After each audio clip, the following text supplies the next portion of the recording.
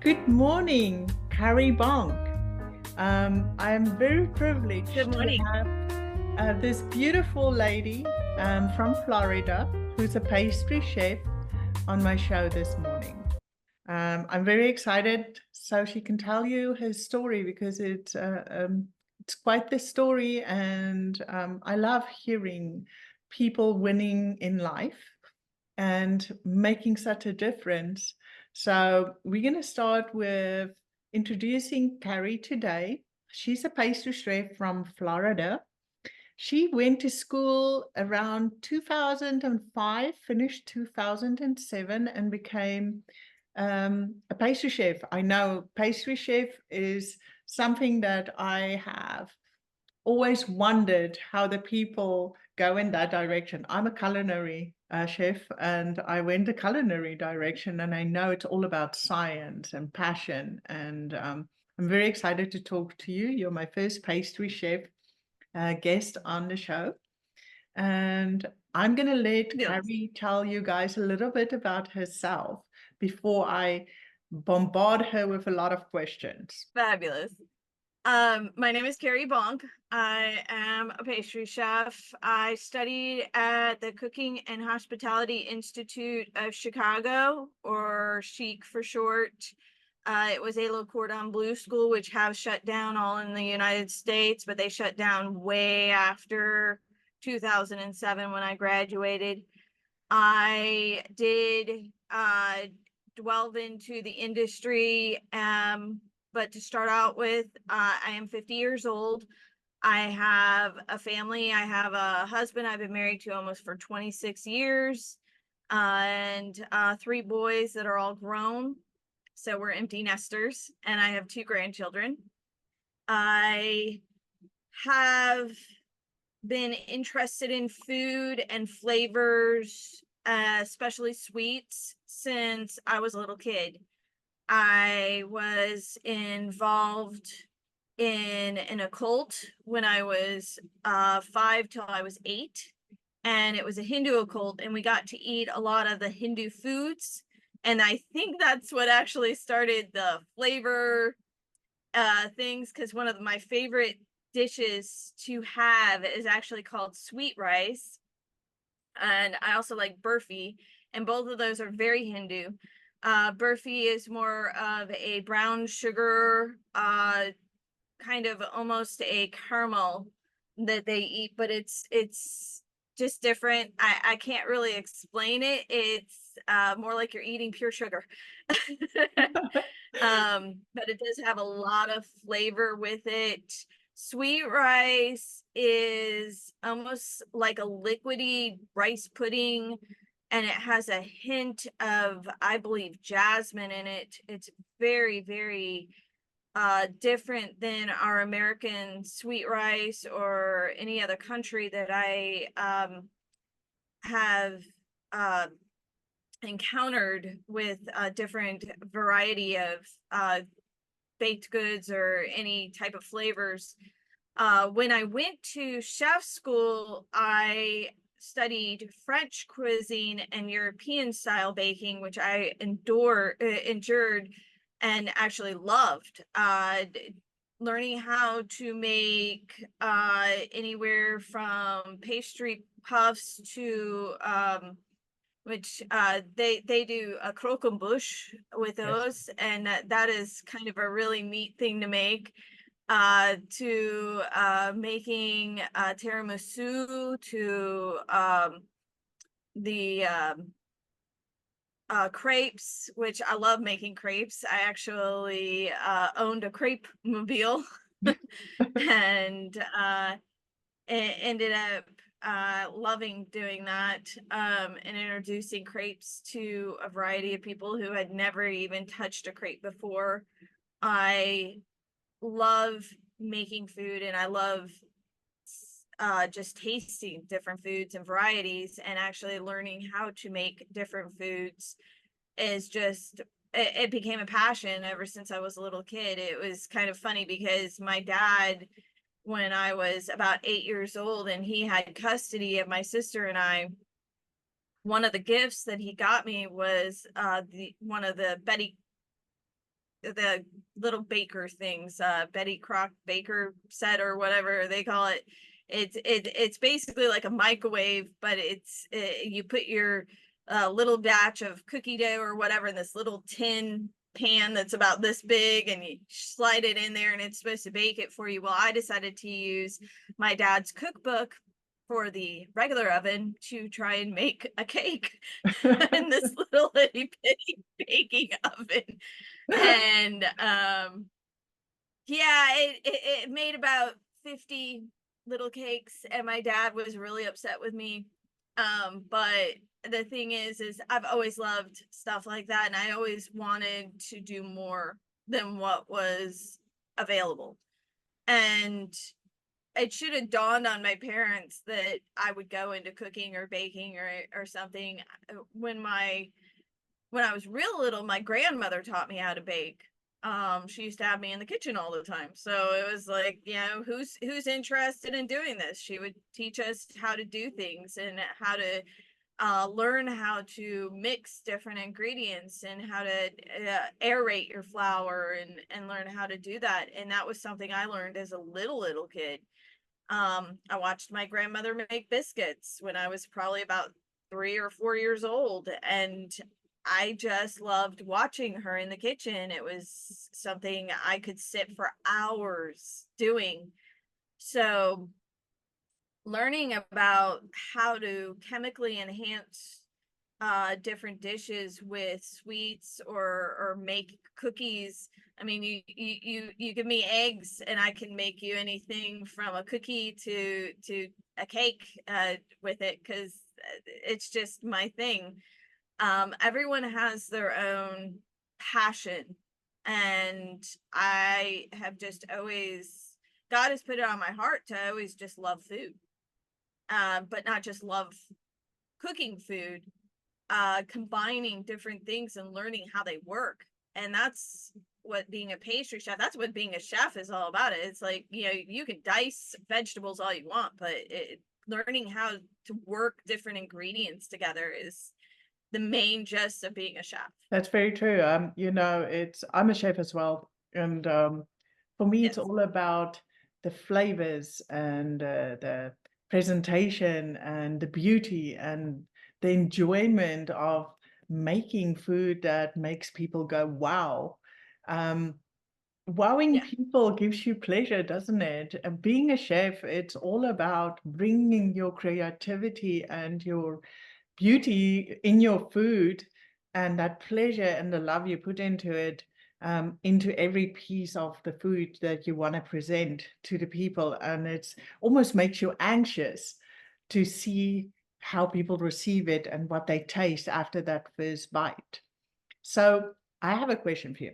How do you stay up to date? And I know with science in pastry is so big, but how do you stay up to date with the latest food trends and techniques to, because I know there's so many, if you look online to see how people are doing, you know, all the new food trends of like molecular gastronomy, and how do you incorporate it, and how do you use this science into your food and your techniques? Well, I love that you asked that, because it is hard to learn everything that's out there. I mean, I would love to be able to make ice cream with the chemical reaction, because here in Florida it melts way too fast. But I have learned that the bowl on your KitchenAid, mine actually has that chemical in it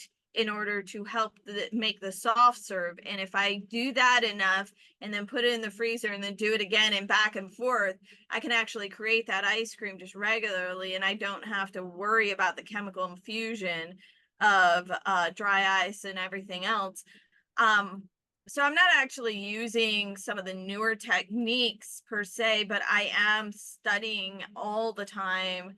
And I make my own bread. I can make, I'm constantly saying to my husband, well, I can make crackers, I can make bread, I can make, and just different things. And I make everything from scratch. And I tell that to people and they look at me like I'm strange or really weird or corrupt. But the thing is our government is messing so much with our food.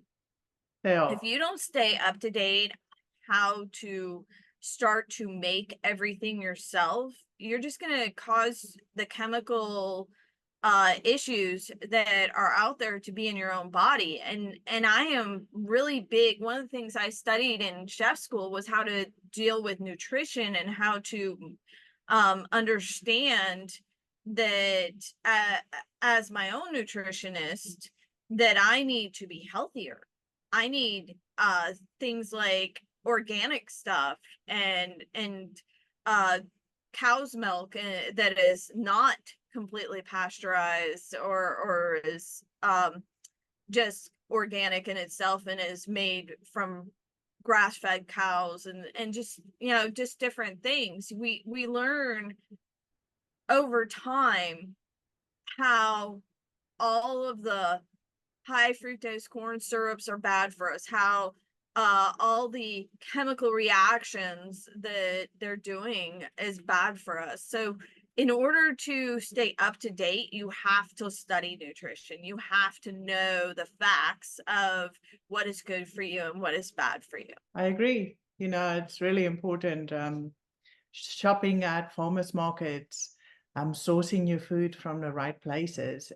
It's kind of heartbreaking because as a chef and as a pastry chef, that a lot of the restaurants buy their food pre-made from Yeah. places like Restaurant Depot or stuff like that. And Oh yeah. and they sell it as a product made from scratch. And it's interesting that very few, I think it's more the private chefs and the chefs that are very into what's happening with the trends and everything, that keeps to the organic products and not mass producing and stuff like that. And it's really, really important. It also affects your creativity and your taste of your food, is where you source your food from. Exactly.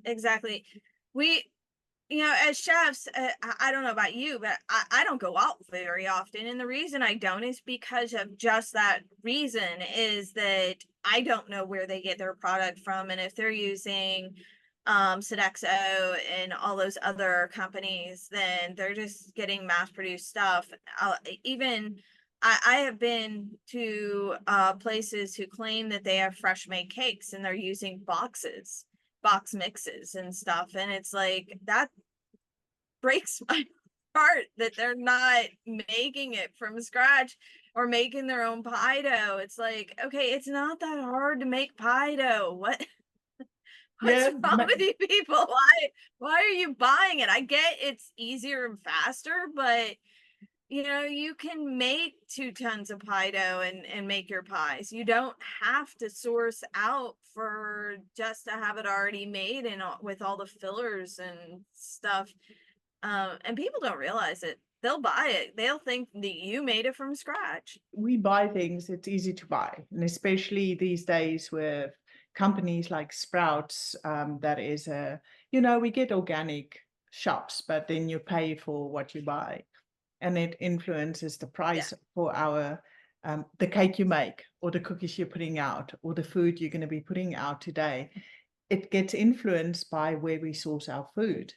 And so when you making a cake, and I want to know, what is your absolute favorite recipe or thing to make in the world? And sourcing it, how, when you're putting it out there, I know it's important what the taste of it, but also price wise, how do we price that food that people can still afford it? Because it's scary walking into a store these days. It is. And that's why I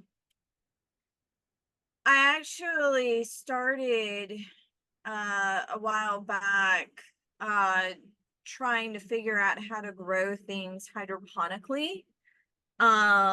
And so I'm gonna start when I get another house, because we're about to move, and things are chaotic right now. But when we move again, I told my husband, I said, I'm going to start my own hydroponic greenhouse on our land. And hydroponic growing is actually the best way to go, because you can buy mineral water and use the minerals in the water to help your plants grow.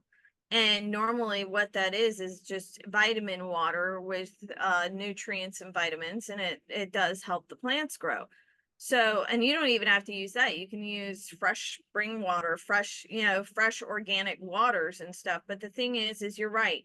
A lot of this is costly and can be costly. So one of my favorite things to make as far as a cake is actually my grandma's recipe of a carrot cake. It's very simple. There's not like a whole bunch of extras in it. It's normally made with fresh carrots that I shred myself. But still, where do you get all of that? Well, yeah, I buy organic. Yes, it's more expensive. Where would I do it otherwise? I would grow it myself. I would say growing your own vegetables, growing your own even fruits. Yes, all of them are needing a certain climate. So how do you go about that? Well, that's where hydroponics can come in, because you can transform the room into the type of environment for the plant based on the water temperature and the type of nutrients that are in that water, the acid level and the base level. You can basically, it's the same you do for your tap water or your pool water. You take one of those little tablets and you test it, and you want to test your water. You constantly want to test your water everywhere you go. And Yeah. the reason you do that is so you know that you're not harming your body by putting too much chemicals in it. There's a lot of water that comes out of faucets that has chlorine in it, has different chemicals in it. So you got to, I would take one of those pool strips with me everywhere and just test the water just to make sure that it doesn't have too much of this or that. Now, right now, my husband and I have a full, we live in a travel trailer, and we have a full water filtration system that we have attached to the trailer so that we know we're getting good water. Yeah. But if I was anywhere else, I would be taking one of those with me, because you want to test your water, you want to test everything. And if you're not using good enough water, or you're not getting stuff that is just, even if you're not buying organic, look at your ingredients lists on your products. If you see too many ingredients, don't buy it. Yeah. There are products out there that are on sale constantly that don't have 2 tons of ingredients in it. I find that people think the more stuff you put into your food, the more flavorful it is. And actually, simplicity is It's so important. Simplicity in food is lost, and it's very French. Using yeah. simple, beautiful ingredients, fresh, good salts, good pepper, self-grounded instead of buying pre-grounded and all those kind of things, and having herbs in your garden or your home all the time makes a difference, not just in pastry, but in any cooking. So simplicity is, for me, is everything. For me, taste comes from using that fresh products, incorporating the fresh herbs, mixing, you know, different things and trying different things all the time. Um, you had a bakery, so I know you had a bakery. Yeah, I did. I had a bagel shop bakery that was a cafe. I gave all the equipment away to a church so they could actually create their own cafe bakery. Um, And that was put on my heart by God. God is leading me into his ministry of being able to help people whom are survivors or who have been through some sort of trauma and need to know where to go as far as how to move forward in life. I have conquered my suicidal thoughts and tendencies that I started having when I was 8 years old.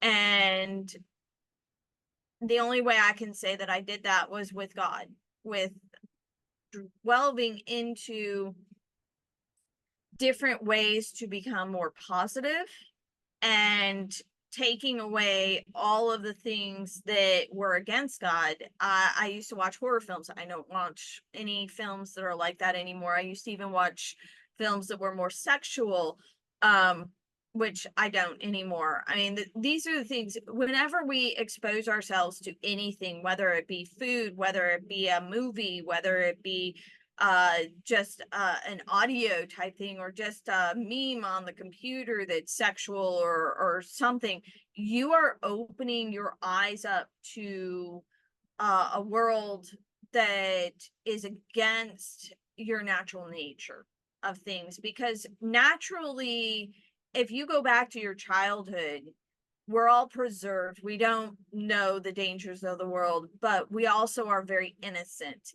And you're taking your innocence away whenever you expose yourself to something of that nature, something negative.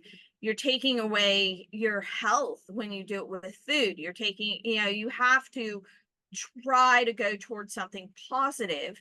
And one of the best positive things that is out there, has been around for years, is the Bible and the biblical word.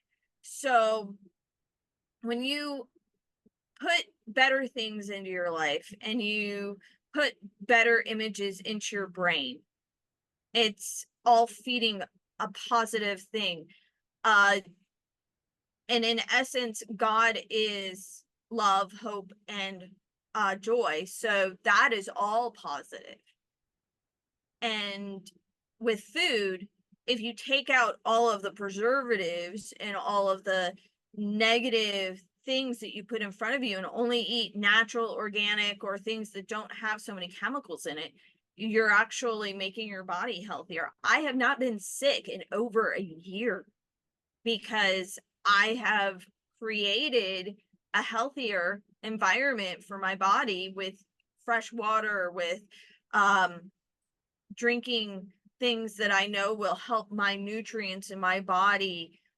Natural probiotics are out there, natural enzymes, things with ginger, zinc. You can look up foods that have all of these positive things in and can make you a healthier person. Very true.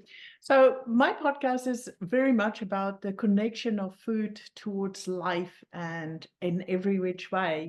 Food connects us mentally, physically, um, uh, it's soul. I mean, food is part of the soul and everything. Food sustains life, but people forget that food is not just there to eat. Food is there for sharing. It socializes you. It gives joy. It gives the person who makes the food. There's so many aspects of the connection of life and food, and you've brought now a few of them in here. Thank you. But food also helps. It sounded like food was helping you overcome some of the challenges and the obstacles you had in life. It was an anchor in your life. And that anchor, the passion for food, you said came from when you were very small and you were growing up and you loved it and you loved watching your grandma making all these things. So, we all have a comfort food, something that makes us feel warm and fuzzy on the inside or bring beautiful memories out. I've told my people listening to me that mine comes from being with my grandma in the kitchen early mornings, and I'm from South Africa, and we had melkos, which is a cinnamon. I don't know how to explain it to you, but it brought, you could smell it in the morning as you wake up, and it brought all this joy and warmth, and you would put on your slippers and you would run to the kitchen to get there first, because otherwise you don't get the big bowl. Can you tell me what gave you that fuzzy, beautiful feeling? What food, what memory brings that joy back for you? Oh, wow. Strawberries. I am a strawberry lover. It's like my comfort food.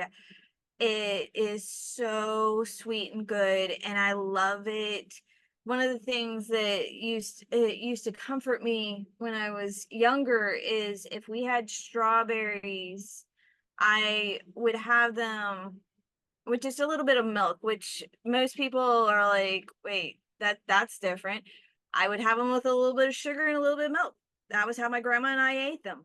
And then she would make like the strawberry shortcake, the angel food, and actually make strawberry shortcake for during Easter time. We would have that, or we would just have a little angel food. Lamb cake is what I started creating for my boys. My mother-in-law was big on this lamb mold cake pan, and so I started making an angel food lamb cake.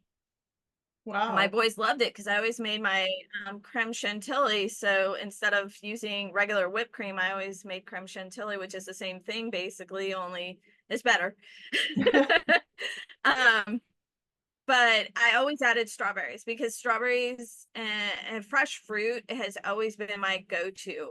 It's always comforting to me to eat any type of fresh fruit, and strawberries have always been just if it's like a warm hug. It's just, they let you know that the sun is shining outside because that's the only time they grow, and they're always sweet by themselves even. And it's just, strawberries are great. It's so full of flavor and everything. I love anything and everything strawberry. Wow. Well, It's funny because my grandma nicknamed me Carrie Berry when I was little because I love strawberries so much. well, that fuzzy feeling is still there. I can see it in that smile. You talked about creativity here, and, starting making your own recipes. So I would like to know the balance between creativity and practicality. Okay, when developing new recipes, how would you deal with that? I know as a chef, we're always trying new things. Some work, some doesn't, but that creativity and practicality, how do you combine that in your new recipe so that becomes a success, or you throw it out the window for all we know? Well, we always start with a base. So your base can be anywhere from knowing how to incorporate flour or cornstarch into something to create that texture of a cream, to using it or making a sauce or anything. You always have a base of knowing what your ingredients are. And one of the bases for being a chef is knowing your ingredient functions, such as baking powders for rising, baking sodas for spreading. Cornstarch is normally something that we use in making a custard. You want to add some flavor. Butter is a great flavor aid. It also creates browning. Just different things. Eggs are actually a binder, or you can use them to actually aerate things by putting air into the egg, because it creates that kind of a bubble around the air. So you got to learn how different ingredients work and how they function. And then when you're starting out, if you're learning just the basics of how to put air in flour with a whisk, or how, if you want to go away from eggs, how to change it over to something like flaxseed or something else like avocado, so that you're not having to use eggs or even applesauce, you need to learn how that ingredient works. And if it has too much liquid or not enough liquid, how to add or take away. And so that's part of being a chef. When we're creating new recipes, a lot of times we're trying to go against what is normal.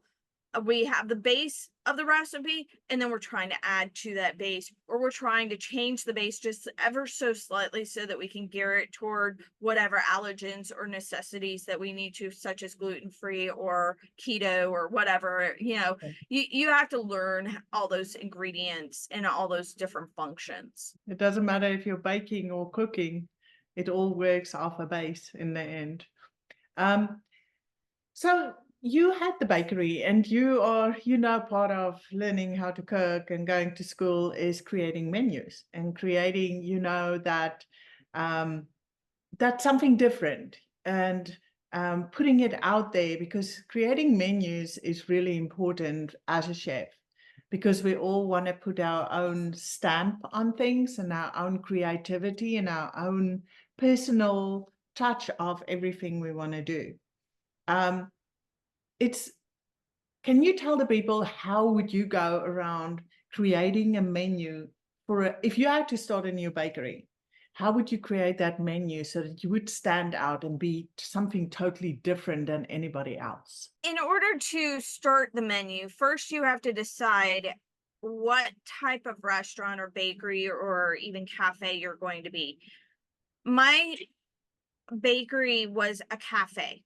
It was a bagel bakery cafe. So everything was geared toward bagels and teas, coffees, and even smoothies, to where it was like sandwiches. It was everything incorporated with that. And even the cakes were like, some of them were Italian.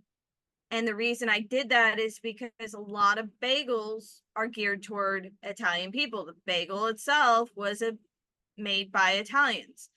So you have to think about all your different genres. If you're going to open a Spanish bakery or a Spanish cafe, you're going to want cookies that are like mantequetos, or something toward the effect of your different origins. So look first at what area, what type of baking or cooking you want to do in order to make your menu. So you decide, do I want to do Italian? Do I want to do French? Do I want to do European? Do I want to do American? Or do I want to do whatever else is out there? I mean, there are so many different kinds of flavors and foods and different things that are incorporated into each one. And I actually created, I'm starting a book. I'm actually starting a book series that is based on my cooking styles, because I learned how to make cookies from around the world. And so when you're learning how to do different things and you're doing the experimentation and you're learning that, you can actually put it into whatever menu or whatever you're doing. And so I would start with the basics of what kind of food do you want to make, and then go from there. Italians, French, all of that, there is a variety of menu items that you can go according to. And there are a lot of different styles, even within those. If you go to Irish shortbread and Scottish shortbread, they're just a little bit different. One's more drier than the other one. Very so true. You want to make sure that you have the different, whatever you're wanting to incorporate in there, and then you need to remove half of it and say, do I want to do pies? Do I want to do cakes? Do I want to do cookies?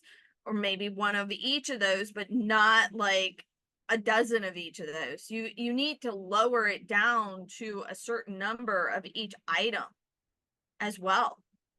And that's how we create our menu. Is we decide, okay, I'm gonna offer 3 cookies, 2 cakes, and 2 pies.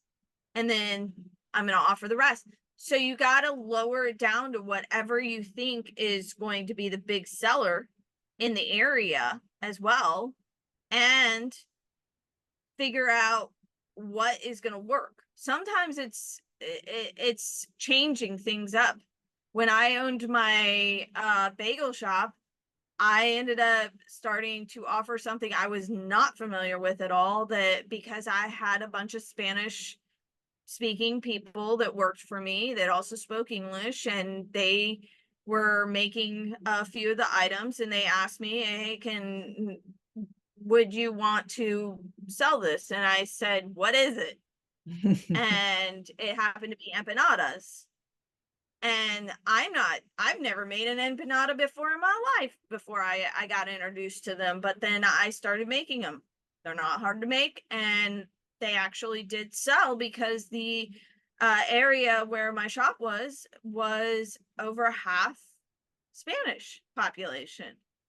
So you have to understand, if you're going into an area and the area is predominantly a specific origin, like they're Spanish or they're specifically Hindu or whatever, you need to understand that you're going to have to probably push in one or two items of that culture in order to make sales. We have a lot of traditional cooking styles, and I know I grew up, cooking in South Africa.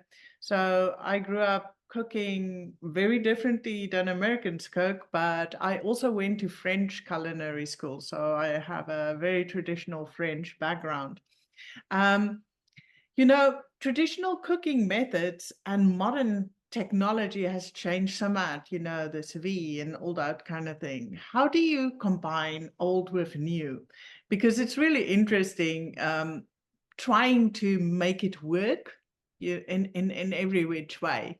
So do you have a difficult time experiencing old with new? Okay, so my grandmother was born and raised in Arkansas, and I would go there every summer, and I learned the old way of doing things from Arkansas, which is pretty much a predominantly country area where they have a lot of old Southern recipes.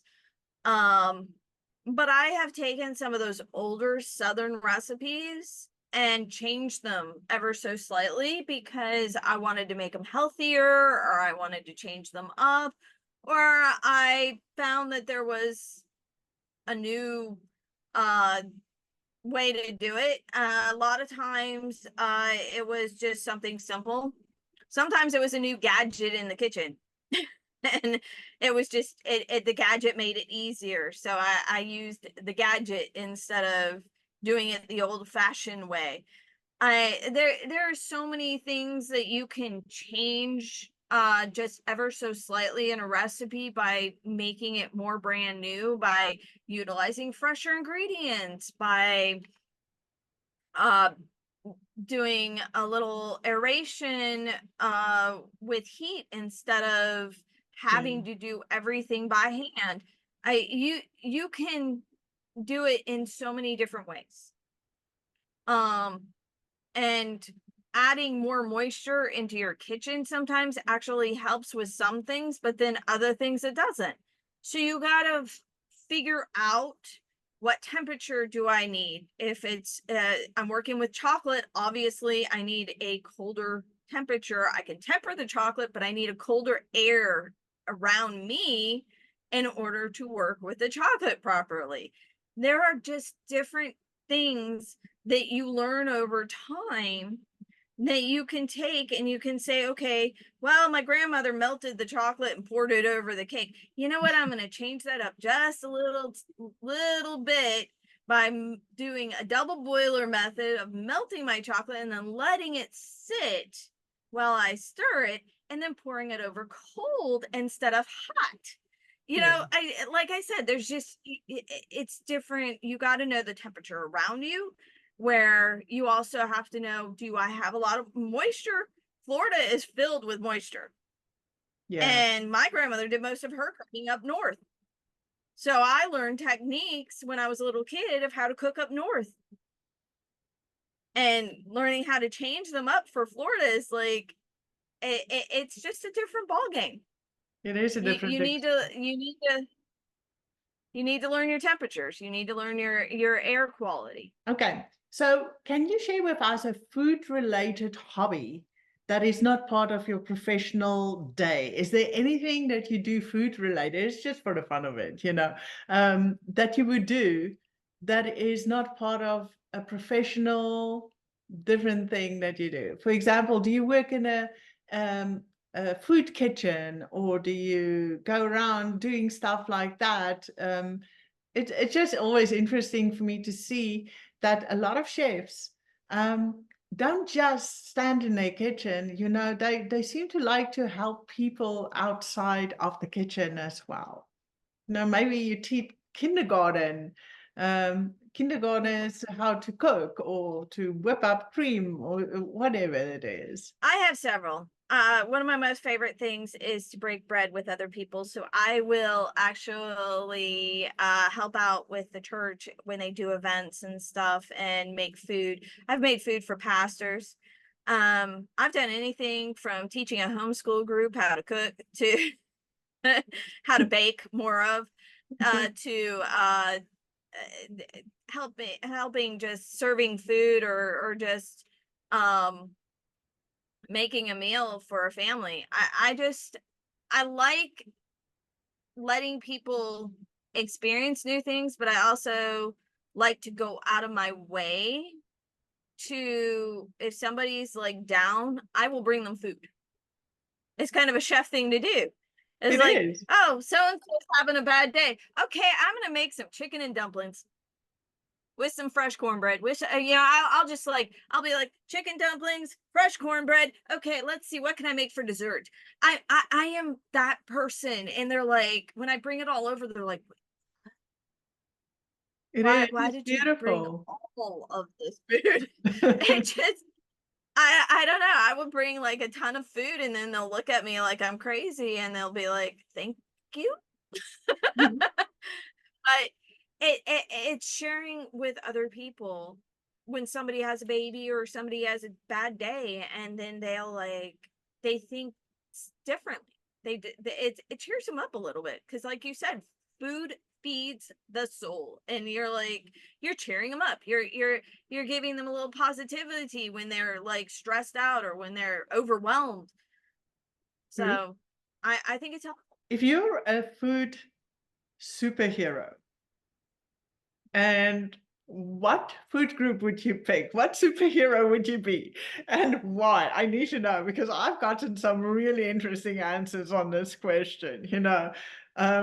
There's a grape because I want to change water into wine. I want to be an avocado oil because it's a super oil, all those kind of things. But it's interesting to see where people's mind goes when you ask him what kind of superhero superfood you want to be. Food superhero. Let me think of this one. Let's see.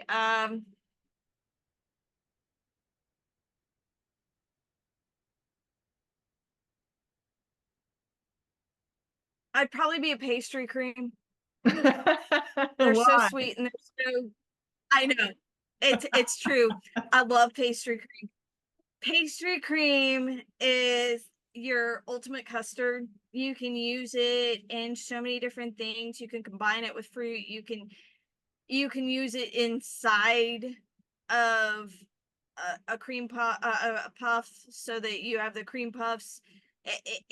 Pastry cream is great. And when you're making pastry cream, you're literally taking your eggs, your milk, your sugar, and morphing it into the custard. So to me, that would be a superpower. And it's tasty, so I like it. It is tasty. I'm going to agree with you. Custard is one of my soft points in life. I can say no to a lot of things, but put custard in front of me, and I would be like with the spoon in there to eat as fast as possible. I'll lick the bowl for you. Um, okay, you have some aspirations in life, like all of us, and I know your aspirations has got a lot to do of what happened in your past, and that is going to be your path for the future, which I admire immensely. You know, this girl, and I would like the viewers to know that she has battled many, many hardships in her life, and reading her story brought quite a few tears to my eyes. And one of the reasons why I was very excited to have her on here is because, we always think our lives are the worst thing possible. And all of our lives, or we all have hardships in life, and life's not easy. It's never easy. No. But for some people, I think we need to look left and right, and we should forget to only concentrate on ourselves and look to the other people, because she walked a path that I can't even imagine. And I have a lot of respect for you, where you're standing here, all the things you wrote in your bio for me. And I know we're not going to go there, but I know that it changed your goal in life, and you have this path that you are going to follow. And I would like you to share with our people today how this path is looking for you. How are you mapping it out, and what do you see for yourself in the future? That's more how God sees my path. I pray a lot these days, and I really feel like God has put on my heart to help people who are suicidal or who have been through some sort of trauma. I've been through quite a bit, a variety of trauma, and I have been in two different occults. One was the Hindu occult, and then the other one was Wicca. And I have come out to become a Christian and have a personal relationship with Jesus, not just be some religious hack.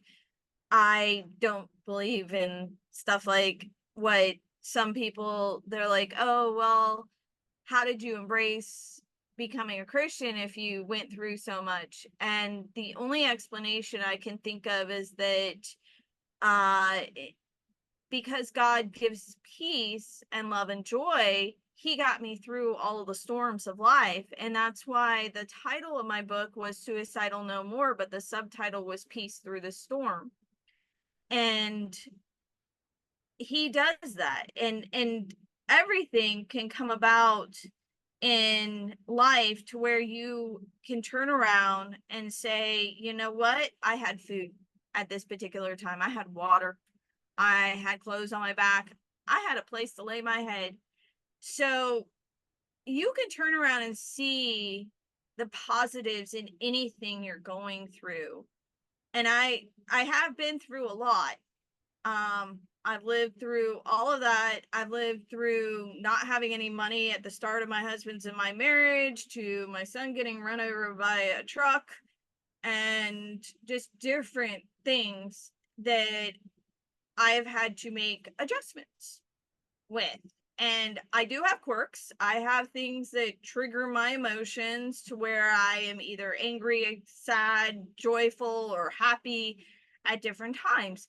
But if I can pray through the different quirks and get to where life is positive and bearable, and if I can help somebody else get to that point, that's what's on my next path. My next path in life is to help other people to make life bearable for them in any way, shape, or form, whether it's by just telling them my story, or them reading it, or them listening to me in a podcast, or even if it becomes a movie. I have no idea what that's going to look like, but if they see something or hear something that helps them realize that their life isn't so bad, and they can start to see how the clouds in the sky are beautiful, then that is what my next purpose is. That's what God has placed on my heart, and that's what I'm going to do. I will still be breaking bread with people. I will still be making bread and feeding people because I love feeding people. But right now, God wants me to change to help people, because there are so many people out there that have a depression, have a suicidal tendency, or have a life's not bearable case, and they just need to hear some positive words, or something that somebody else has been through that they can say, oh my gosh, that was worse than me, or that's what I went through. Look at that person, and I want to be that person. It just helps. It does. There are so many things that you can go through in life, and as women, we are the caretakers of the world. In an essence, we are the ones that take care of ourselves, take care of other people, we are the caretakers. Yes, there are men out there that are also caretakers, but a majority of us are women that are caretakers. It's just our nature. We're naturally in that realm set, and there are women that aren't naturally caretakers, but that's just what a normal thing that God gave most women, is that we can take care of other people. We can take care of ourselves. So if I can help other people, that would be great. Kari, you talked about a book called, is it in writing, or are you finishing it up, or is it available for us to go and look at? It's on Amazon right now. It's available in Kindle or ebook for 99 cents. And then it's a paperback as well. It's called Suicidal No More. And it's just the testimony that God gave me. So it's just my life story. If people want to reach out to you, is there some way, it's nice to know sometimes we just need somebody to say all these things that you said, or, tell even your life story too. Is there some way for people to reach you? I am available. You can look up my name on Snapchat, Twitter, Facebook. I am available on all social media platforms. But the one thing, I don't mind if people message me on Facebook. I really don't, because it's not a harmful thing. They can message me and say, hey, I'm just going through something. Can you just talk me down? I'll talk to them. I don't have a problem with that. Obviously I'm going to be a little cautious and be like, I don't want you to call me on the phone all the time or anything, but yeah, no, I am open to people reaching out to me in any way, shape, or form. Facebook is the easiest way to get a hold of me, because it just pops up on my phone as a little message, and they can just message me and I'll message them back. Okay. And so I don't. And your Facebook is Kari Bonk? It is. I also have one for the book that is associated with it, so you can reach me on either one. Kari, it's been such a privilege. I can ask you another 100 questions, but we're running out of time here. And I am so happy that I got to spend an hour of my life with you and got to talk to you about food and life and your journey. And it's lovely. I love that I have the ability to talk to people just about everything. And connection of life is food. It's body, mind, and soul. And I hope to talk to you again in the future, and find out how it's doing. And I'm looking forward. I'm going to pick up your book and read it. And Kari, thank you so much for being on A Foodie's World today and spending your time with us. Thank you for having me. You have a blessed day.